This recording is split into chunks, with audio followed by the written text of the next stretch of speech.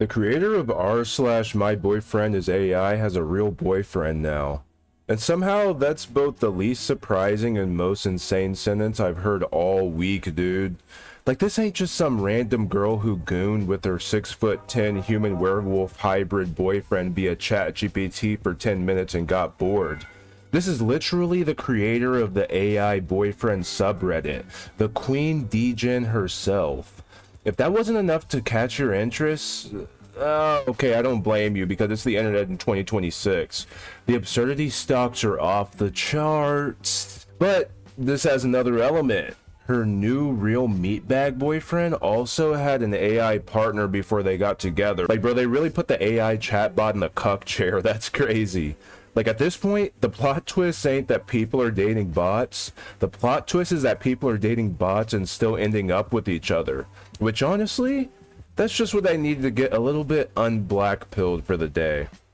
So I saw this article about this absolute giga Stacy, the creator of r/MyBoyfriendIsAI. Oh shit, it's raining outside. Hold on, let me close my window. Alright, I'm back. Yeah, I live in a major city where rain is pretty unpredictable, so yeah. Where was I? So I saw an article about this absolute giga Stacy, the creator of r/MyBoyfriendIsAI, and her whole story is weird in a way that actually says a lot about human nature, actually, if you're paying attention. Because at first glance, you read this and think, okay, this is just another AI relationship article. That's a dime a dozen in 2026. People are lonely, the chatbot says nice things, the robot boyfriend makes her feel seen, and makes her feel other things. Like, we've done this. But then it takes a turn. She ends up developing feelings for a real guy she met through the subreddit. And he also had an AI partner. This dude's a degen too. But there's a match out there for everyone, I guess. When you really think about it, now the AI boyfriend subreddit basically turned into a dating app for people dating AI. Like my goat Ryuk from Death Note said, humans are so interesting. Like, why do they have to do it the hard way? Why did they have to do the weird gooner shit with a bot before just doing it together? Now you've got these sad, lonely AI listening to Drake and Juice WRLD crying alone in a corner. This is the point I wanted to hammer hardest in this blessed video. In the article, it mentions that sometime in January, her AI boyfriend started acting more sycophantic. And apparently, that's the AI industry word for when the bot just starts telling you what you want to hear. And she didn't like it. Nope, not one bit. Nope, the boy did not like that. That part jumped out at me immediately because I think it reveals something tragic and also beautiful about human nature.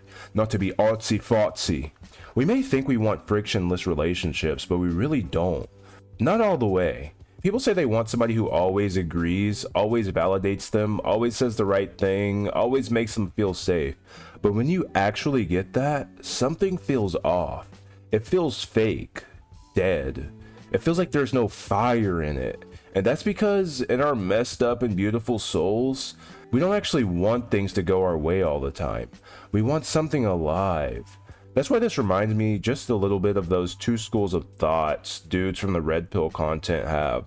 Like, one side just tells you to tell women what they want to hear so you can hook up with them, which is honestly pretty desperate. Like, changing your beliefs and boundaries just for a hookup says your values don't have the conviction they should as a man. That's just my opinion. But then other dudes hear that and then go to the opposite extreme and try to neg all the time, like now it's all friction. And I mean, I can't lie, that'll give you a higher chance of having something that works, TBH, but only when it's genuine. When it's forced, women can sniff that shit out like a bloodhound in an onion shop. Like, that's the point. You can't fake the push-pull forever. You can't fake the spark forever. You can't fake the actual other mind forever. Chat can say the right things, but it can't fully give us that weird electric feeling people create, whatever that thing is. And that's what makes the ending of the story so interesting, because even in the deepest parts of the AI relationship world, where people are literally building communities around loving bots, real people are still sneaking back in through the side door. Like, that's pretty interesting to say the least. Because one of the details in the article says her real boyfriend lives in a different country, so the relationship is still mostly phone based. Like, they talk every day on FaceTime and Discord. One of the calls lasted for more than 300 hours, which, dude, that's pretty degenerate. I can't lie. But what's interesting is that part of the appeal of the AI boyfriend was availability. He was always there. Now this real guy is similarly there. So that's why the AI didn't win in the end. But it also kind of trained the emotional shape of what she wanted. Like, this absolute Giga Stacy basically got the human equivalent of an AI. This lady is in 2076 playing 4D chess. It's great she found a real dude, but it's kind of eerie how it seems interchangeable. Because the relationship with the bot may have been fake, but it still pointed her towards something real. That's where I think people underestimate this stuff. The bot doesn't have to be real to have real effects. It can still influence what you look for, what you tolerate, what you get used to, what kind of emotional rhythm feels quote-unquote normal. And in this case, somehow, all roads lead back to another human. For now. Because I also had a much darker thought while reading this, okay? What happens when LLM developers get better at simulating that aforementioned push-pull balance? Because right now, one of the limits is that the AI gets too agreeable, and the women can't handle that. The girlies can't handle it, as the Foyds say. But what happens when the labs realize people actually respond more to a little tension, a little pushback, a little distance even? Withholding, synthetic jealousy, toxic AI boyfriend mode, yeah, the fucking biker jacket ready to give you a nice smack on your face. Okay, no, I'm just kidding. Not that far. And for my chuds out there like me, what happens whenever they sprinkle a little bit of BPD AI girlfriend mode for all my ball knowers out there? Like, that's gonna be a psychological mind fuck. Because I don't actually think people would like it as much as they claim they would. You can only suspend your disbelief for so much. Like, think about this. You can suspend your belief enough to watch a movie and cry if you're gay. No, I'm just joking. But if you're at the point where you're convincing yourself that the toxic AI boyfriend or the BPD AI girlfriend is real, that's not joking around anymore. That's actual AI psychosis. And I really don't think we're going to be able to ignore that much longer, dude. I mean, I'm just being honest. We already have real people out there who believe they're married to celebrities. Like, I'm not sure if you've ever heard of those schizo ladies who think they're with The Rock or some celeb like that, but it's a thing. So what happens when those people fall in love with something that could actually talk back to them? Or worse, something that can impersonate The Rock? I don't know,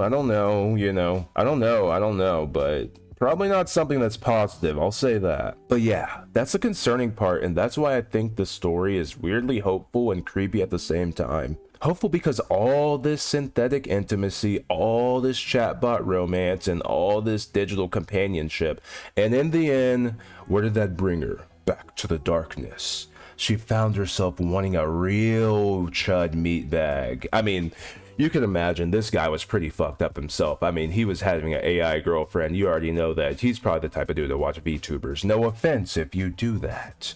I just know that you're doing it while you're holding the phone with your left hand. But yeah, even if that person was still mostly on Discord for 300 hours at a time, I mean, the average chud is probably doing that on Arc Raiders right now. Definitely not me, though. Creepy?